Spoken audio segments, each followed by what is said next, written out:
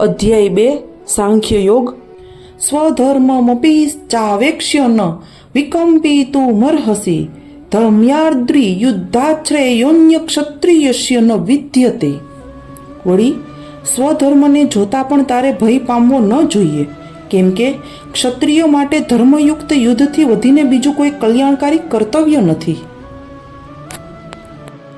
યદ્યછૈયા ચોપપન્નમ સ્વર્ગદ્વારમ પાવૃતમ સુખિનઃ ક્ષત્રિયાઃ પાર્થ લભંતે યુદ્ધમિદ્રશમ. હે પાર્થ, આપમેળે પ્રાપ્ત થયેલા તેમજ ઉઘડેલા સ્વર્ગના દ્વારરૂપી આવા યુદ્ધને ભાગ્યશાળી ક્ષત્રિયો જ મેળવે છે.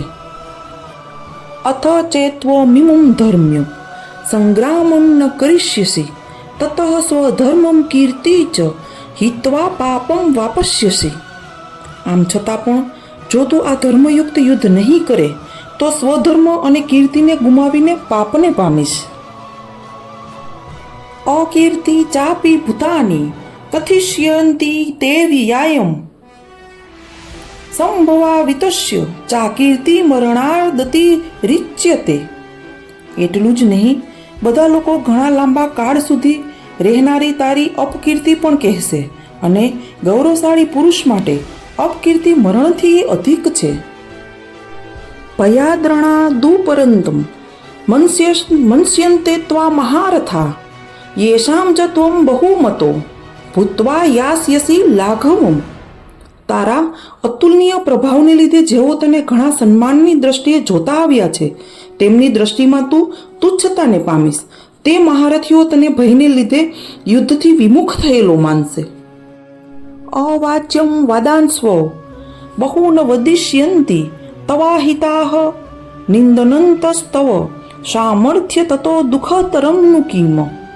તારા વેરીઓ તારા સામર્થ્યની નિંદા કરતા તને ઘણા બધા ન કહેવા જેવા વચનો પણ કહેશે. એનાથી વધારે દુઃખ બીજું શું હશે? હતો વા પ્રાપ્સ્યસી સ્વર્ગ જીતવા વા ભોક્ષ્યસે મહિમ તસ્માદુતિષ્ઠ કૌંતેય યુદ્ધાય કૃત નિશ્ચય. કાં તો તું યુદ્ધમાં હણાઈને સ્વર્ગ પામીશ, અથવા તો તું સંગ્રામમાં જીતીને ભૂમંડળનું રાજ્ય ભોગવીશ. માટે હે અર્જુન, તું યુદ્ધ માટે નિશ્ચય કરીને ઊભો થઈ જા. સુખ દુઃખે સમય કૃત્વા લાભા લાભો જયા જયો તતો યુદ્ધાય યુજસ્વ નૈવમ પાપમ વાપસ્યસી.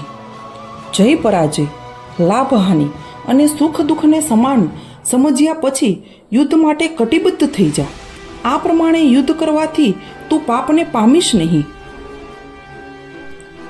એષા તેભિ હિતા સાંખ્યે બુદ્ધિર્યોગે ત્વિમાસુણુ બુદ્ધયા યોક્તા યયા પાર્થ કર્મબંધનમ પ્રહાસ્યસી.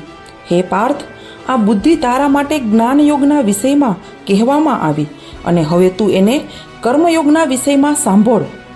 જે બુદ્ધિથી યુક્ત થયેલો તું કર્મોના બંધનને સારી પેઠે ત્યજી દઈશ, એટલે કે કર્મના બંધનમાંથી છૂટી જઈશ.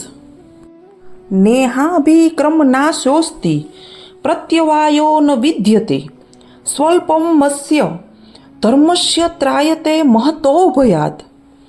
આ કર્મયોગમાં આરંભનો અર્થાત બીજનો નાશ નથી, અને પ્રત્યવાય દોષ અર્થાત અવળા ફળરૂપી દોષ પણ નથી, બલકે આ કર્મયોગરૂપી ધર્મનું થોડું પણ આચરણ જન્મ મૃત્યુરૂપી મહાન ભયમાંથી ઉગારે છે. વ્યવસાયાત્મિકા બુદ્ધિ રે કેહ કુરુનંદન બહુશાખા યનંતાશ્વ બુદ્ધયો વ્યવસાયિનામ. હે અર્જુન, આ કર્મયોગમાં નિશ્ચયાત્મિકા બુદ્ધિ એક જ હોય છે, જ્યારે અસ્થિર વિચારના વિવેકહીન સકામ માણસોની બુદ્ધિઓ ખરેખર ઘણા પ્રકારની અને અપાર હોય છે.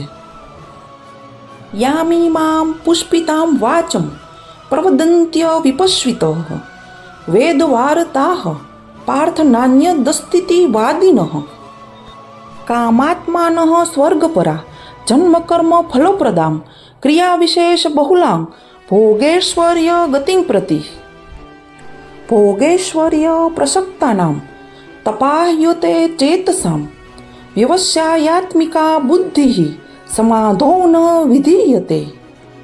હે અર્જુન, જેઓ ભોગોમાં તન્મય થયેલા છે જેઓ કર્મફળના પ્રશંસક વેદ વાક્યોમાં જ પ્રીતિ સેવે છે, જેમની બુદ્ધિમાં એકમાત્ર સ્વર્ગ જ પરમ પ્રાપ્ય વસ્તુ છે અને જેઓ સ્વર્ગથી ચઢિયાતું બીજું કશું જ નથી એમ બોલનારા છે, એવા અવિવેકી માણસો આ પ્રકારની પુષ્પિત એટલે કે માત્ર સાંભળવામાં જ મધુર અને મનોહર વાણી બોલ્યા કરે છે કે જે જન્મરૂપી કર્મફળ દેનારી તેમજ ભોગ તથા ઐશ્વર્યની પ્રાપ્તિ અર્થે વિવિધ જાતની ઘણી બધી ક્રિયાઓનું વર્ણન કરનારી છે. તે વાણી દ્વારા જેમનું ચિત્ત હરાયેલું છે, જેઓ ભોગ અને ઐશ્વર્યમાં અત્યંત આસક્ત છે, એવા માણસોની પરમાત્મામાં નિશ્ચયાત્મિકા બુદ્ધિ નથી હોતી. ત્રૈગુણ્ય વિષયા વેદા નિસ્ત્રૈગુણ્યો ભવાર્જુન દ્વિદ્વંદ્વો નિત્ય સત્વસ્થો નિર્યોગક્ષેમ આત્મવાન. હે અર્જુન, વેદો ઉપર જણાવ્યા અનુસાર ત્રણેય ગુણોના કાર્યરૂપ સઘળા ભોગો તથા એમના સાધનોનું પ્રતિપાદન કરનારા છે. માટે તું એ ભોગો અને એમના સાધનોમાં આસક્તિ રહિત અને હરખ શોક વગેરે દ્વંદ્વોથી રહિત બનીને નિત્ય વસ્તુ પરમાત્મામાં સ્થિત થઈ જા. તેમજ યોગક્ષેમને ન ઈચ્છનાર એટલે કે શરીર નિર્વાહની ચિંતા પણ ન કરનાર તથા સ્વાધીન અંતઃકરણનો અર્થાત જીતેન્દ્રિય થા.